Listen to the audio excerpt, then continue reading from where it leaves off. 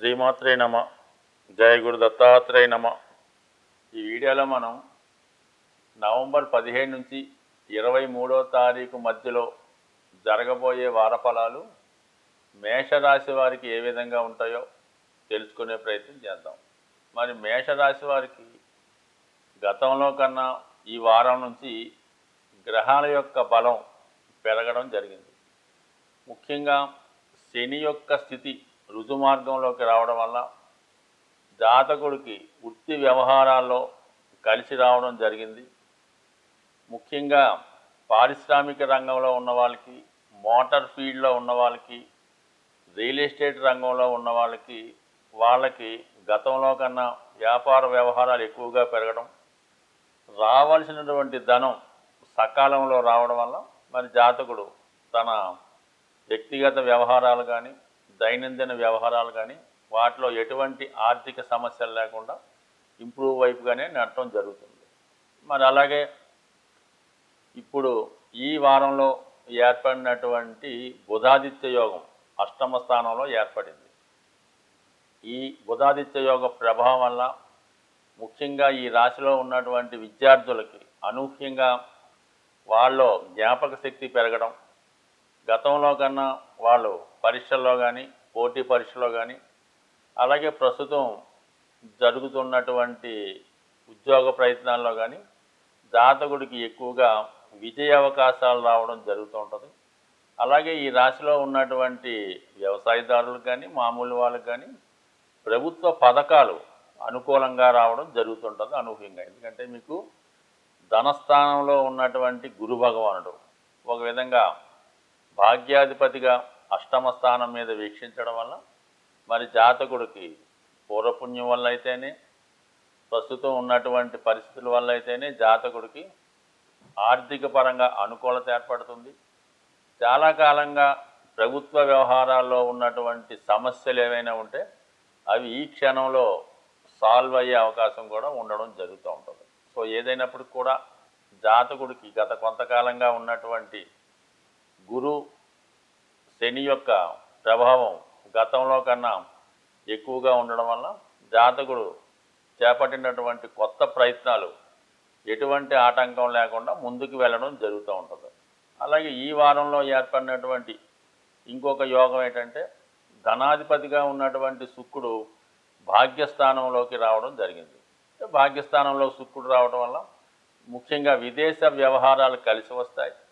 మీ గురువు గారు, లేదంటే తండ్రి గారు, లేదంటే మీ యొక్క యజమాని, మీ యొక్క బాస్ ద్వారా మీకు సహకారం లభిస్తుంది. మీ యొక్క అభివృద్ధికి కానీ, అలాగే మీరు ఏదైనా విదేశ ప్రయత్నాలు కానీ, దగ్గరలో ఉన్నటువంటి దూరంగా ఉన్నటువంటి పుణ్యక్షేత్రాలు దర్శించే ప్రయత్నంలో చాలా వరకు మీ అధికారులు మీకు సహకరించే అవకాశం ఉంది. అంటే ఏదైనా మీకు సెలవు ఇవ్వడం కానీ, లోన్ శాంక్షన్ చేయడం కానీ, ఈ విధంగా మీ యొక్క శుభకార్యాలకి మీ పై అధికారులు సహకరించే అవకాశం ఉంది. ముఖ్యంగా స్త్రీలకి ఇది చాలా అనుకూలమైనటువంటి స్థితి. ఎప్పుడైతే మనకి సప్తమాధిపతిగా ఉన్నటువంటి శుక్రుడు భాగ్యస్థానంలోకి వచ్చాడో మరి ఎవరైతే స్త్రీలు ఈ రాశిలో ఉన్నారో వారికి వివాహ ప్రయత్నాలు ఫలిస్తాయి. పుణ్య కార్యక్రమాలు, దైవ కార్యక్రమాలు ఎక్కువగా పాల్గొనడం జరుగుతుంది.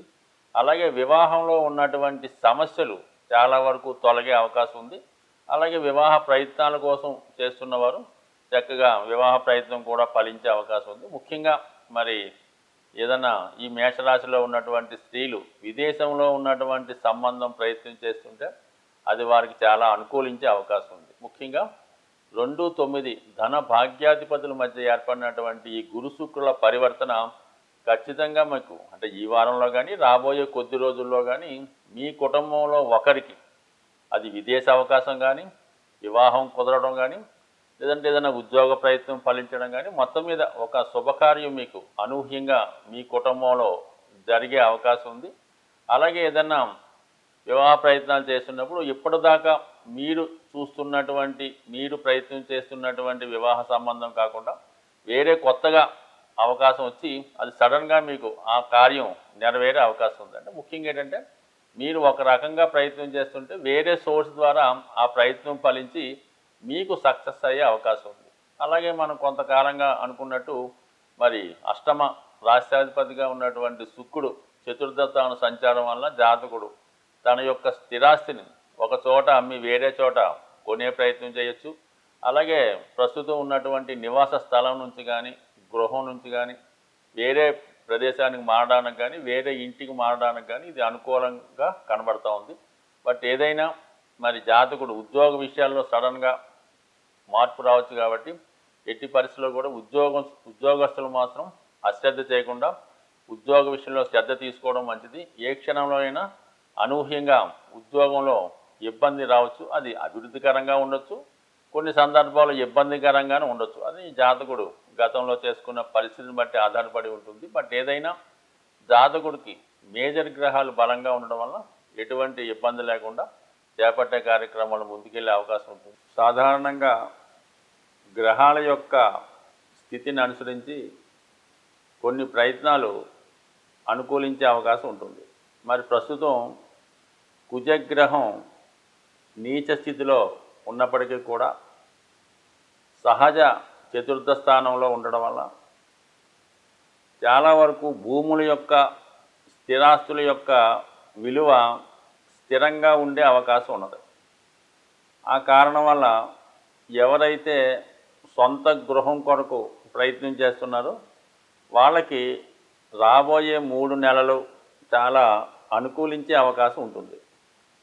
సో దానివల్ల ఎవరైతే సొంత గృహం కోసం ప్రయత్నం చేస్తున్నారో వాళ్ళు మరి రేపు మనకి ఈ నవంబరు 18వ తారీఖున వస్తున్నటువంటి సంకష్టార చతుర్థి ఆ రోజు విధి విధానంగా విఘ్నేశ్వరుణ్ణి గరికతో అర్చించడం, లేదంటే ఏదైనా దేవాలయంలో అక్కడ చేస్తున్నటువంటి పూజల్లో పాల్గొనడం, మరి కొన్ని దేవాలయాల్లో గణపతి హోమం, అలాగే సాయంకాలం పూట గణపతి యొక్క అభిషేకం 2 చేయించుకొని ఆ రోజు ఒక దీక్షతో మనం ఎలాగైనా ఒక గృహాన్ని కొనుక్కోవాలని సంకల్పంతో ఒక నిర్ణయాన్ని తీసుకొని ఆ రోజు నుంచి ఏంటంటే ప్రతి మంగళవారం మీరు సుబ్రహ్మణ్య స్వామి ఆలయాన్ని కానీ హనుమాన్ ఆలయాన్ని కానీ లేదంటే లక్ష్మీ నరసింహస్వామి ఆలయాన్ని దర్శించడం వల్ల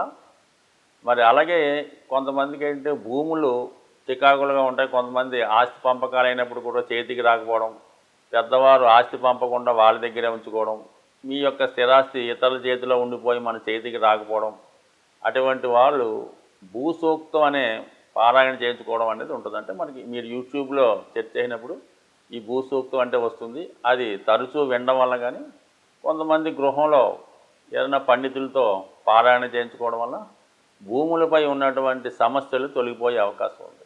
అలాగే ముఖ్యంగా స్త్రీలు ఎక్కువగా స్త్రీలకి ఏంటంటే మరి అద్దెల్లో ఉండి ఇబ్బంది పడటం కన్నా ఏదైనా చిన్నదైన సొంత ఇల్లు కావాలని కోరుకున్న వాళ్ళకి వాళ్ళు ప్రతిరోజు కూడా ఈ కార్తీక మాసం ఎలాగా ప్రతి వాళ్ళు కూడా సాయంకాలం పూట ఇంట్లో దీపారాధన చేస్తుంటారు కాబట్టి మరొక ప్రశాంతమైనటువంటి సాయంకాలం చక్కగా మొదలు పెట్టాలి. ఏంటంటే మణిదీప వర్ణన అనే ఇది కల్పం ఒకటి ఉంటుంది. అది ఒక పూజా విధానం. అంటే మణిదీప వర్ణన అనే అంటే మన లలితా సహస్రనామంలాగా అది కూడా అమ్మవారి యొక్క గృహాన్ని వర్ణించే విధంగా ఉంటుంది. అది మీకు యూట్యూబ్లో దొరుకుతుంది, పుస్తకాల రూపంలో ఉంటుంది.